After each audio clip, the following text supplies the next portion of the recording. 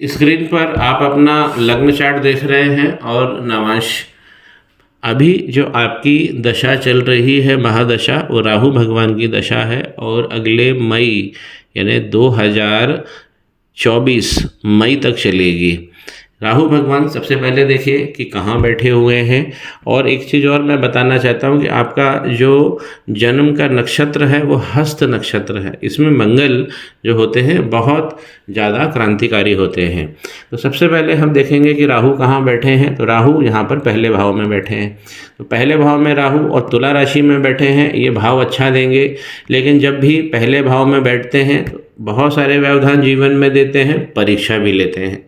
तो राहु भगवान यहाँ बैठ के आपकी अच्छी खासी परीक्षा लेंगे। राहु और केतु जब आमने सामने पहले और सातवें घर, ये सातवां घर है, तो 7th हाउस और फर्स्ट हाउस में जब बैठते हैं तो ऐसा व्यक्ति तिकड़मी भी हो जाता है। अपने हर काम को निकालने की वो उसके अंदर स्किल्स आ ही जाती है। तो ये एक बहुत अच्छी चीज़ है। तो यहाँ पर राहु अच्छा भाव देंगे, इसकी आप बिल्कुल चिंता मत करें। और तुला राशि के राहु हैं, 12 डिग्री लेकर बैठे हैं, ये बहुत अच्छा है। ये घर जो है यहाँ पर तुला राशि बनी हुई है। तुला राशि के स्वामी होते हैं शुक्र। जाकर जहाँ बैठेंगे वो आपकी जीवन की धारा होगी। तो इस घर का स्वामी यानी 7 नंबर जिनका होता है तुला राशि का स्वामी, जाकर वीनस यहाँ बैठा है। वीनस यहाँ पर वृद्ध हो गए हैं, इस पर रेमेडी करना चाहिए।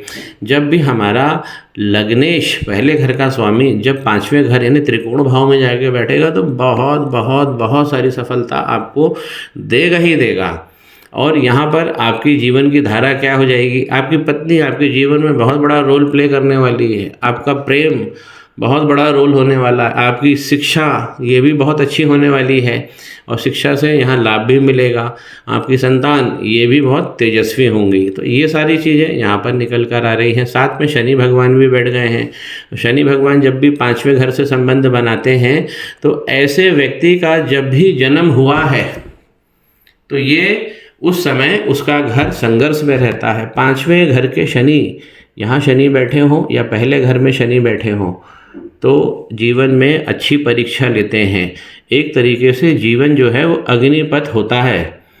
और ये भी दिखाता है कि जब ऐसा जातक पैदा हुआ था तो उसका जो परिवार था उसके जन्म के समय संघर्ष की स्थिति में था। यहाँ पर जो जुपिटर है वो दूसरे घर में बैठे हैं, धन की सबसे अच्छी सिटिंग है, 21 डिग्री के हैं, भाव अच्छा देंगे। जुपिटर यहाँ पर वक्री हो गए हैं। ये दूसरा घर है, धन का घर।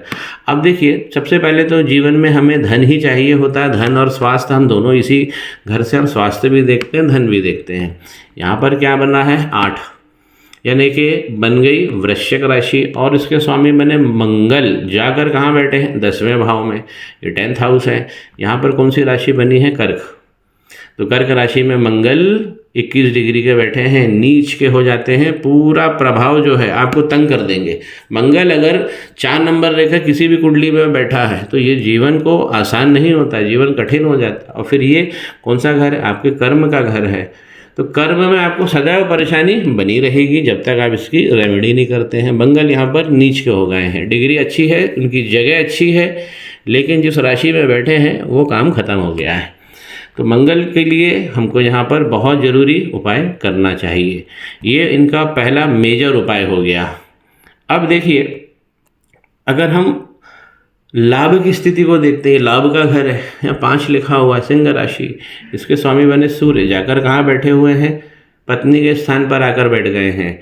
तो लाभ का स्वामी यहाँ बैठे तो बढ़िया अच्छा होता है, लेकिन जब सूर्य 0 डिग्री पर हो जाएंगे तो ये नुकसान होता है यहाँ पर। और साथ में यहाँ पे मरकरी भी 0 डिग्री के, मरकरी यहाँ अस्त भी हो गए हैं। बुधादित्य योग लगा हुआ है, बुद्धिशाली व्यक्ति बनेंगे, लेकिन डिग्री कम होने से इनको वो भाव नहीं मिलेगा। केतु यहाँ साथ में बैठ के ग्रहण लगा दे रहे हैं। तो केतु ने यहाँ पे बहुत स्पष्ट ग्रहण लगाया है सूर्य को, और केतु भगवान ने इस मरकरी को पकड़ के, तो केतु और बुध इनका जड़ योग भी लग गया है। तो ये वाला घर क्या है, ये इनकी पत्नी का घर है, 7वां घर। यहाँ 1 लिखा हुआ है, 1 का मतलब मेष राशि, स्वामी बने मंगल, जाकर नीच में बैठे हैं। तो धन का स्वामी मंगल नीच में बैठा हुआ है और इस घर का स्वामी भी। मंगल की 2 राशि होती हैं, एक मेष और एक वृश्चिक। अब यहाँ पर ये बहुत सारा सूर्य और केतु जब भी साथ में बनेंगे तो ये ग्रहण का युग बनेगा। क्या है ये? हमारा घर, ये हमारी पत्नी है, और ये पब्लिक रिलेशन का भी घर है, और ये हमारे सोशल डेजिग्नेशन का भी घर है कि सोसाइटी में हम किस पद पे बैठेंगे, हमारी हैसियत क्या होगी, ये डिफाइन करेगा। यहाँ पर ग्रहण लगा हुआ है, जड़ योग लगा हुआ है, और पॉजिटिव बुध आदित्य योग लगा है, लेकिन वो डिग्री नहीं होने के कारण काम नहीं करेगा। एक इनको यहाँ पे रेमेडी करना है, और एक ये वाली खास रेमेडी करना है। इनके चंद्रमा जो है वो 12वें घर में बैठ गए हैं जाकर, और छठे भाव में कन्या राशि में भाव अच्छा देंगे, लेकिन ये 12th हाउस है, और 12th हाउस में चंद्रमा जाकर यहाँ खराब हो जाते हैं। एक साथ क्या है, मनोबल इनका बहुत सारे ओवर थिंकिंग में चला जाएगा इनका दिमाग, क्योंकि चंद्रमा जब भी 12th हाउस में बैठते हैं और इनकी एज मैच्योर्ड एज है 28 की, तो इनकी हैबिट बन गई होगी बहुत सारा सोचना, ओवर थिंकिंग करना, रात को देर से सोना।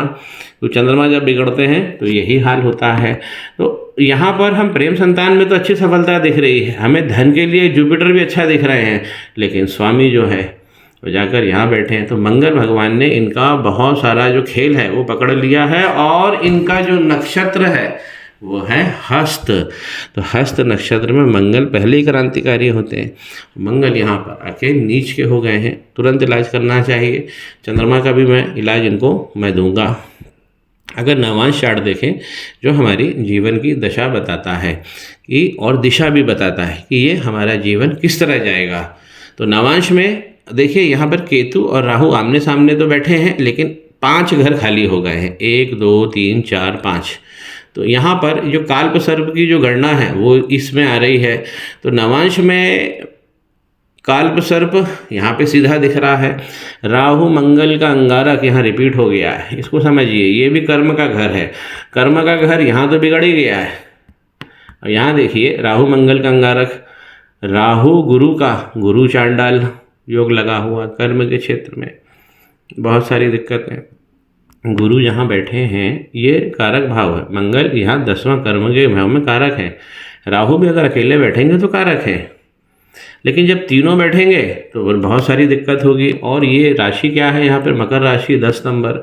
गुरु यहाँ पर नीच के हो गए हैं, गुरु ने अपना पूरा प्रभाव नकारात्मक कर दिया।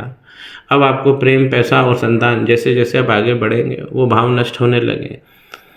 और यहाँ पर इस प्रकार जो मैंने आपके हाथ में भी देखा कि बृहस्पति पर जो अच्छे चिन्ह हैं वो गायब हो रहे हैं, अंगारक यहाँ रिपीट हो रहा है, ये बिल्कुल स्पष्ट हो गया है। और यहाँ पर आंशिक ये भी काल्प सर्प दोष का निर्माण हो रहा है।